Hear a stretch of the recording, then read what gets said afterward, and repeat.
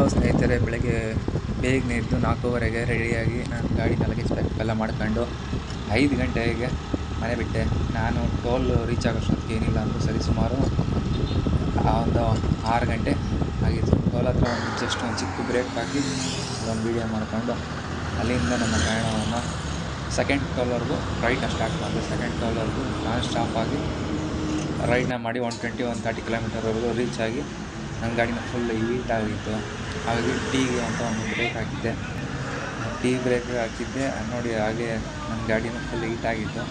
ಹಾಗಾಗಿ ನಾನು ಅಲ್ಲಿ ಗಾಡಿನ ಸೈಡಲ್ಲಿ ಪಾರ್ಕ್ ಮಾಡಿ ಗಾಡಿನೂ ರೆಸ್ಟ್ಗೆ ಕೊಟ್ಟೆ. ಹಾಗೆ ನಾನು ನನ್ನದು 10 ನಿಮಿಷ ರೆಸ್ಟ್ ಬೇಕಿತ್ತು. ರೆಸ್ಟನ್ನು ಮಾಡಿ ಹಾಗೆ ಅವತ್ತು ವೀಕೆಂಡ್ ಆಗಿದ್ದರಿಂದ ಸುಮಾರು ಜನ ರೈಡರ್ಸ್ಗಳು ಇರಲ್ಲ ಅಂದ್ಕೊಂಡೆ. ಬಟ್ ಅವ್ರಿಗೆಲ್ಲರಿಗೂ ರಜೆ ಇದ್ದ ಕಾರಣ ಸುಮಾರು ಜನ ರೈಡಿಂಗ್ ಅಂತ ಬಂದಿದ್ದರು. ಎಲ್ಲರೂ ಗಾಡಿಗಳು ಅವರೆಲ್ಲ 200cc ಮೇಲೆ, ನನ್ನ ಗಾಡಿ ಮಾತ್ರ 100cc. ಹಾಗೆ ಅಲ್ಲಿಂದ ನೆಕ್ಸ್ಟ್ ಬಂದಿದ್ದೆ ಡೈರೆಕ್ಟು 11:15ಗೆಲ್ಲ ಸಕಲೇಶ್ಪುರ ರೀಚ್ ಆದೆ. ಸಕಲೇಶ್ಪುರ ಎಂಟ್ರಿ ಆಗ್ತಿದ್ದಂಗೆ ನೋಡಿ ಈ ಹುಳಗಳ ಶಬ್ದ, ಒಂಥರ ಪ್ರಶಾಂತವಾದ ವಾತಾವರಣ ನೋಡೋದಕ್ಕೆ ಸಖತ್ತಾಗಿತ್ತು. ಯಾಕೆಂದರೆ ಬೆಂಗಳೂರಿಂದ ಹಾಸನವರೆಗೂ ಬರೀ ವೆಹಿಕಲ್ಗಳ ಶಬ್ದ ಇತ್ತು. ಆವಾಗ ಸಕಲೇಶ್ಪುರ ರೀಚ್ ಆಗ್ತಿದ್ದಂಗೆ ಇಲ್ಲಿ ಹುಳಗಳ ಶಬ್ದ ಕೇಳೋದಕ್ಕೆ ಪ್ರಶಾಂತವಾದ ವಾತಾವರಣ, ನೋಡಲಿಕ್ಕೆ ಬಹಳ ಗ್ರೀನರಿ ಆದ ವಾತಾವರಣ. ಹಾಗೆ ಒಂದು ಸ್ವಲ್ಪ ದೂರ ಮುಂದೆ ಹೋದಂಗೆ ಮತ್ತೆ ಸಕಲೇಶ್ಪುರದಲ್ಲಿ ಮಳೆ ಸ್ಟಾರ್ಟ್ ಆಗೋಯಿತು. ಏಕೆಂದರೆ ಬೆಂಗಳೂರಿಂದ ಹಾಸನವರೆಗೂ ಮಳೆ ಇಲ್ಲ. ಅದೇ ಸಕಲೇಶ್ಪುರ ರೀಚ್ ಆಗ್ತಿದ್ದಂಗೆ ಹೀಗೆ ಮಳೆ ಸ್ಟಾರ್ಟ್ ಆಗೋಯಿತು, ಜೋರು ಮಳೆ ಸ್ಟಾರ್ಟ್ ಆಗೋಯಿತು. ನಾನು ಅಲ್ಲೇ ಗಾಡಿ ಸೈಡ್ ಹಾಕಿ ನಾನು ರೈನ್ ಜಾಕೆಟ್ ಹಾಕ್ಕೊಂಡು ರೆಡಿಯಾಗಿ ಈಗ ಸಕಲೇಶ್ಪುರದಿಂದ ಮೂಡಿಗೆರೆ ಹೋಗೋ ರೋಡ್ಗೆ ಮ್ಯಾಪ್ ಹಾಕೊಂಡು ಚೆಕ್ ಮಾಡ್ಕೊಂಡು ಇಲ್ಲಿಂದ ಹಾಗೆ ಸೈಡಲ್ಲಿ ಹಾಕ್ತಿದ್ದೆ. ಹಾಗೆ ಮೂಡಿಗೆರೆ ಹೋಗೋ ರೂಟಿಗೆ ಯಾವುದು ಲೊಕೇಶನ್ ಚೆಕ್ ಮಾಡ್ತು. ಹಾಗೆ ಮೂಡಿಗೆರೆ ರೂಟ್ ಕಡೆಗೆ ಪ್ರಯಾಣವನ್ನು ಸ್ಟಾರ್ಟ್ ಮಾಡಿದೆ. ನೋಡಿ, ಮೂಡಿಗೆರೆ ಹೋಗೋ ರೋಡ್ ಸಕಲೇಶ್ಪುರ ಟು ಮೂಡಿಗೆರೆ ಹೋಗೋ ರೋಡಿದು. ಸಕಲೇಶ್ಪುರ ಮೂಡಿಗೆರೆ ಹೋಗ್ಬೇಕಂತೂ ಫುಲ್ಲು ಹಸಿರು, ಆ ಕಡೆ ಈ ಕಡೆ ಗ್ರೀನರಿ, ಪ್ರಶಾಂತವಾದ ವಾತಾವರಣ, ಅಲ್ಲಲ್ಲಿ ಲೈಟಾದ ಮಳೆ, ಸುಂದರವಾದ ವಾತಾವರಣ, ಹಂಚಿನ ಮನೆಗಳು ನೋಡೋದಕ್ಕೆ ಸಖತ್ತಾಗಿದೆ.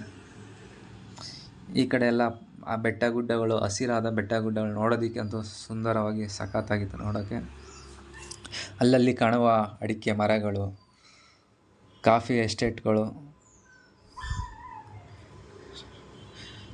ಭಾಳ ಸಖತ್ತಾಗಿತ್ತು. ಆ ರೋಡಲ್ಲಿ ಚಿಕ್ಕ ಚಿಕ್ಕ ರೋಡ್ಗಳಲ್ಲಿ ಸಣ್ಣ ಸಣ್ಣ ಘಾಟ್ ಸೆಕ್ಷನ್ ಅಂತ ರೋಡ್ಗಳು, ಚಿಕ್ಕ ಚಿಕ್ಕ ರೋಡ್ಗಳು, ಬರೀ ಕರ್ವ್ ರೋಡ್ಗಳೇ ನೋಡೋದಕ್ಕೆ. ಅಲ್ಲಿಂದ ನನ್ನ ಗಾಡಿ ಜರ್ನಿ ಸ್ವಲ್ಪ ಸ್ಲೋ ಆಯಿತು. ಹಾಗೆ ಅಲ್ಲಿಂದ ಬಂದಿದೆ, ಫಸ್ಟ್ ಪ್ಲೇಸ್ ಬಂದಿದೆ ದೇವರ ಮನೆಗೆ ಬಂದು ರೀಚ್ ಆದೆ. ನೋಡಿ, ದೇವರ ಮನೆಗೆ ಬಂದು ರೀಚ್ ಆಗಿ ಇನ್ನೂ ಒಂದು 10 ಕಿಲೋಮೀಟ್ರ್ ಹಿಂದೆಯೇ ನೋಡಿ ಈ ಥರ ಮಂಜು ತುಂಬಿದ ವಾತಾವರಣ. ಅಲ್ಲಲ್ಲಿ ವ್ಯೂ ಪಾಯಿಂಟ್ಗಳಲ್ಲಿ, ಎತ್ತರವಾದ ಬೆಟ್ಟದ ವ್ಯೂ ಪಾಯಿಂಟ್ಗಳಲ್ಲಿ ನೋಡೋದಕ್ಕೆ ಈ ಥರ ಮಂಜು ತುಂಬಿದ ವಾತಾವರಣ, ಒಂಥರ ಸುಂದರ ಅನುಭವ, ಸ್ವರ್ಗಕ್ಕೆ ಬಂದಂಥ ಅನುಭವ ಆಗ್ತಿತ್ತು. ನೋಡಿ, ದೇವರ ಮನೆಗೆ ಬಂದು ರೀಚ್ ಆದೆ. ರೀಚ್ ಆಗಿದ ತಕ್ಷಣ ಲೈಟಾಗಿ ಜಿಡಿ ಮಳೆ, ಹಾಗಾಗಿ ಮಂಜು ತುಂಬಿತ್ತು ಲೈಟಾಗಿ. ಇನ್ನೊಂದು ಬಾರಿಗೆ ಒಂದು 1/2 hour 1 hour ಬಿಟ್ಟು ಜೋರು ಮಳೆ, ತಿರುಗಿ ಇನ್ನೊಂದು 1/2 hour ಆದಮೇಲೆ ಮಂಜು ತುಂಬಿದ್ದು, ಫುಲ್ಲು ಮಂಜಿನಿಂದನೇ ಫುಲ್ ಕವರ್ ಆಗಿತ್ತು. ನೋಡೋದಕ್ಕೆ ಅದ್ಭುತವಾದ ದೇವರ ಮನೆ, ನೋಡೋದಕ್ಕೆ ಸಖತ್ತಾಗಿದೆ. ಇದು ಪುರಾತನ 800 ವರ್ಷ ಇತಿಹಾಸವನ್ನು ಹೊಂದಿದೆ.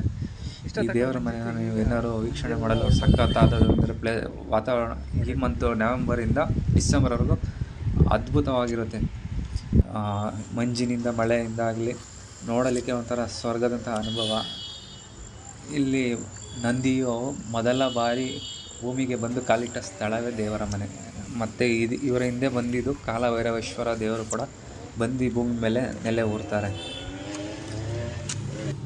ಹಾಗೆ ಎಲ್ಲ ನೋಡ್ಕೊಂಡು ಸರಿಸುಮಾರು ಏನಿಲ್ಲ ಅಂದರೂ ಒಂದು 3 ಗಂಟೆ 3:30 ಆಗಿತ್ತು ನಾನು ಬೆಟ್ಟದಿಂದ ಇಳಿದು ಬರೋಷ್ಟೊತ್ತಿಗೆ. ಹಾಗೆ ನಾನು ಪ್ರಯಾಣ ಶುರು ಮಾಡಿದ್ದು ಕಳಸದ ಕಡೆಗೆ.